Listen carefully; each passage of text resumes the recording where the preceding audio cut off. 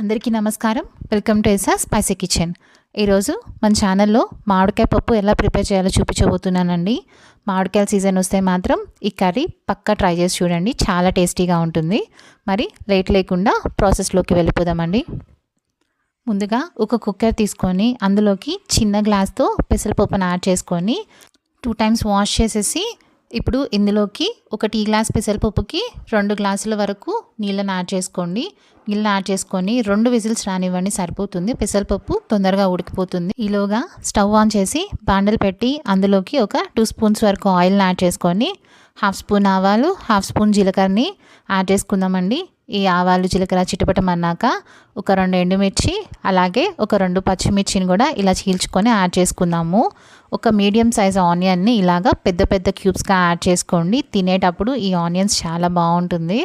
So ఇప్పుడు ఇందులోకి కొంచెం కరివేపాకు అలాగే కొంచెం ఉప్పు పసుపును కూడా యాడ్ చేసి ఈ ఆనియన్స్ కలర్ చేంజ్ అయ్యేంత వరకు బాగా వాడనివ్వండి. ఇలాగా 1-2 నిమిషాలకి ఆనియన్స్ అంతా బాగా కలర్ చేంజ్ అయిపోతుంది. ఇప్పుడు ఇందులోకి 2 బాగా పండిన టమాటాలని ఇలాగా సన్నగా కట్ చేసుకొని యాడ్ చేసుకోండి. టమాటా బాగా సాఫ్ట్ అయ్యేంత వరకు మీడియం ఫ్లేమ్ మీద బాగా మగ్గనివ్వండి.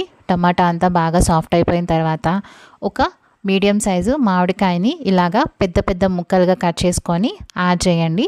పెద్ద పెద్ద ముక్కలుగానే యాడ్ చేయండి. చిన్న చిన్నవి కట్ చేసుకుంటే ఒకవేళ కరిగిపోతే కలిసిపోతాయండి.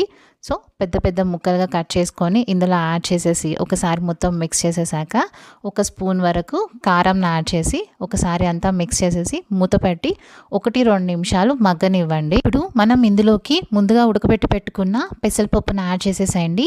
పెసరపప్పును అంతా యాడ్ చేసేసి ఒకసారి అంతా మిక్స్ చేసేసాక ఒక 1/2 గ్లాస్ వరకు వాటర్ని యాడ్ చేసి సిమ్లో పెట్టేసేసి మూత పెట్టేసేయండి.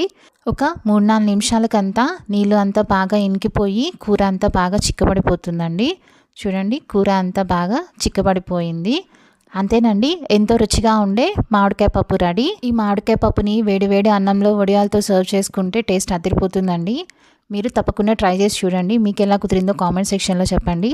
ఈ వీడియో కనుక మీకు నచ్చినట్లయితే please like, share and subscribe. Thanks for watching.